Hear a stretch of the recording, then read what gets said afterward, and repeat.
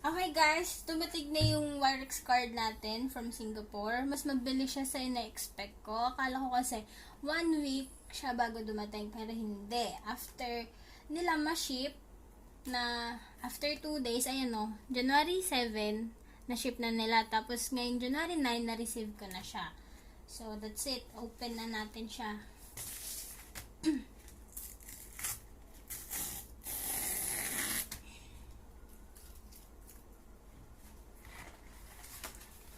Ito yung itsura niya. Itakpan natin yung address ko. Baka kasi magsipuntahan kayo dito. Wala akong pamigay na crypto. Ayan. Buksan natin.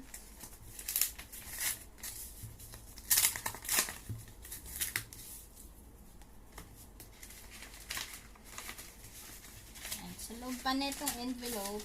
Ayan. Dyan yung address mo. Then, dear, blah, blah, blah. Ayan. Dito na yung card. Ayan siya. Dali natin. Ayan. That's my card. Takpan natin yung number. And then siya.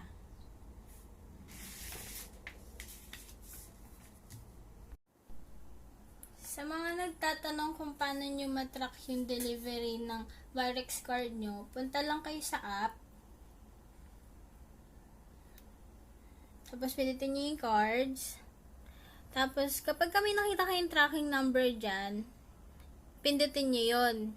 Tapos, i-redirect niya kayo sa tracking ng DHL. Tapos, makikita nyo doon kung nasan na yung parcel nyo. Yung sa akin kasi, delivered na. So, hindi ko na siya matatrack. Ayun, i-activate na natin yung card. So, punta tayo ng app.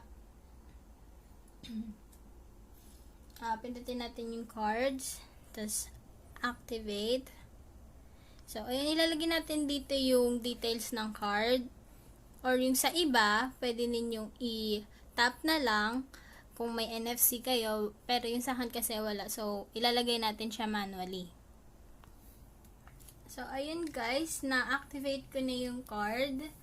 Pagkatapos nyo malagay yung details ng card, mag-a-ask yung app na maglagay kayo ng PIN. Tapos, confirm nyo lang yon. Tapos, okay na.